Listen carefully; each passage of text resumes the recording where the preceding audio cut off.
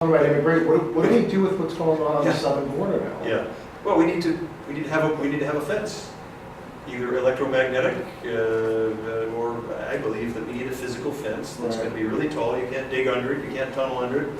So it's going to require some electronic surveillance and some devices on the ground that send some seismic activity so we can figure out when they start digging under it.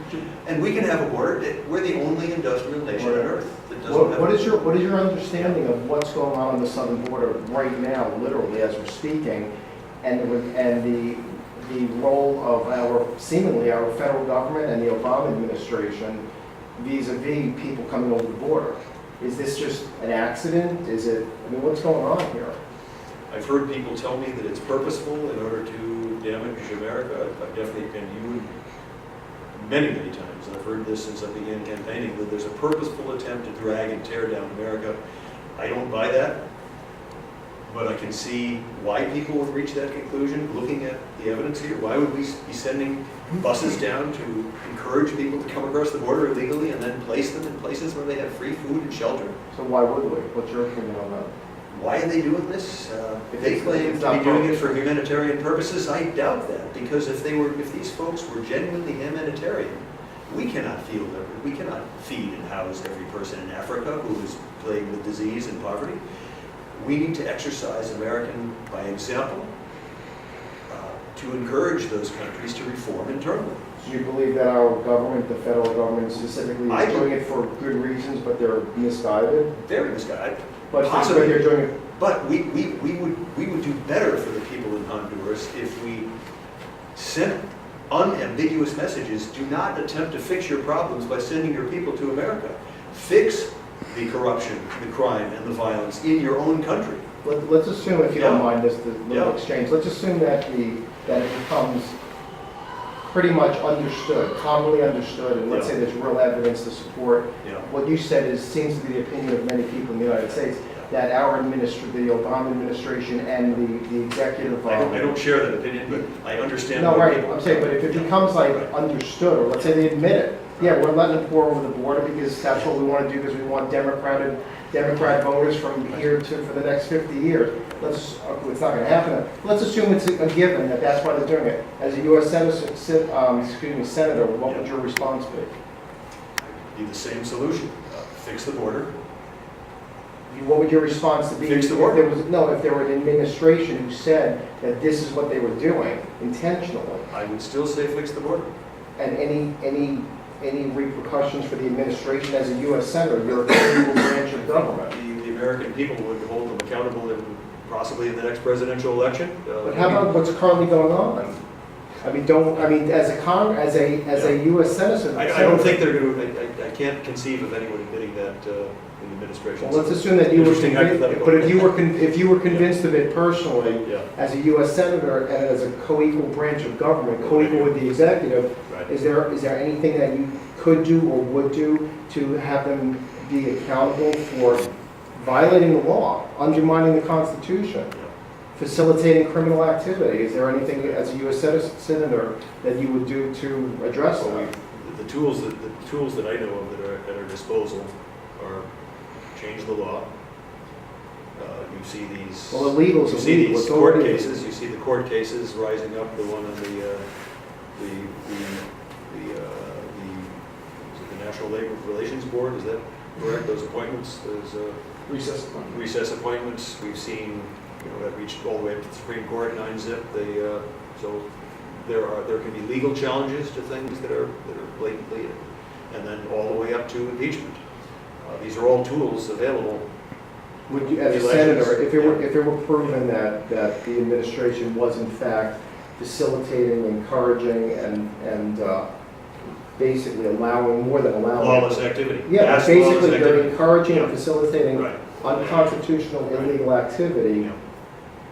Because the American people looking at Congress, the Senate and the House, and the Republicans control the House, and many people and citizens of the United States are looking at this thinking, why doesn't somebody do something? And it's very frustrating, and we're looking to people who are running for office now to basically say and do what we can say and do.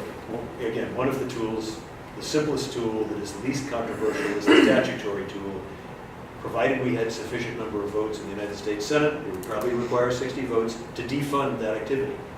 Congress has the power to simply zero out the line.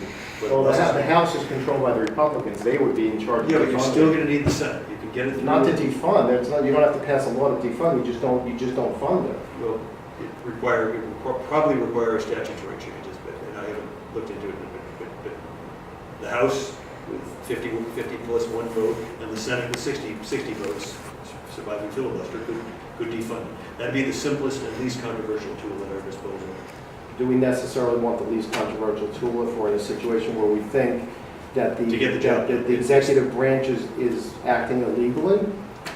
Whether it's immigration or whatever other issue you might find. It's, again, controversial, hoping about dancing around it, but when Republicans start talking impeachment, and there are tactical concerns. Do the Republicans want to propose impeachment when there are insufficient votes, when the public is not behind the process of impeachment? If the public is not behind Congress in the House acting and the Senate, ruling on the House's charges. So if the House of Representatives currently controlled by Democrats, Republicans, thinks that there is sufficient evidence to warrant It's impeachment. 67 votes. I'm talking about the House of Representatives bringing Charges. bringing articles of impeachment.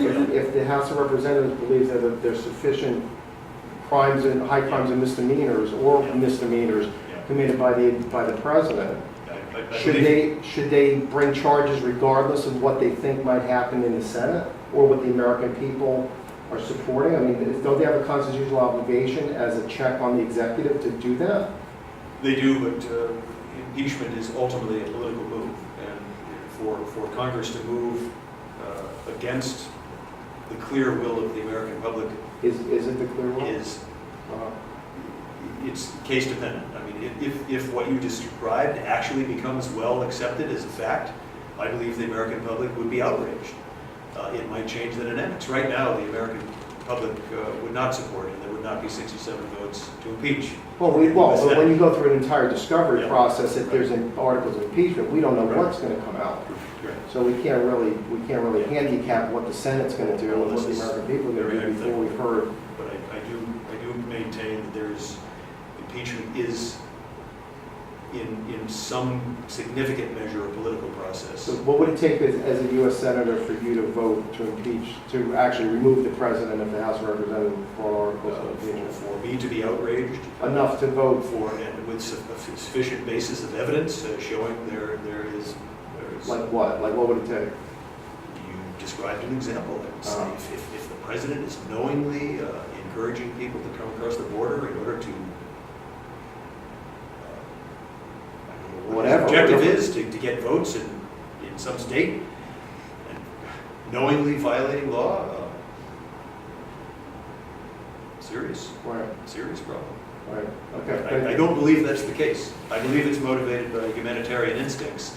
Very, very misplaced humanitarian instincts. So if humanitarian instincts are, if the government breaks the law because their motivation is humanitarian instincts, then they're not accountable because their motivation. They're accountable, and the simple tool is to defund the activity that is resulting. Which the House of Representatives can do unilaterally. Has the power to do unilaterally. And it requires You don't need to pass a law to defund. You just don't have to.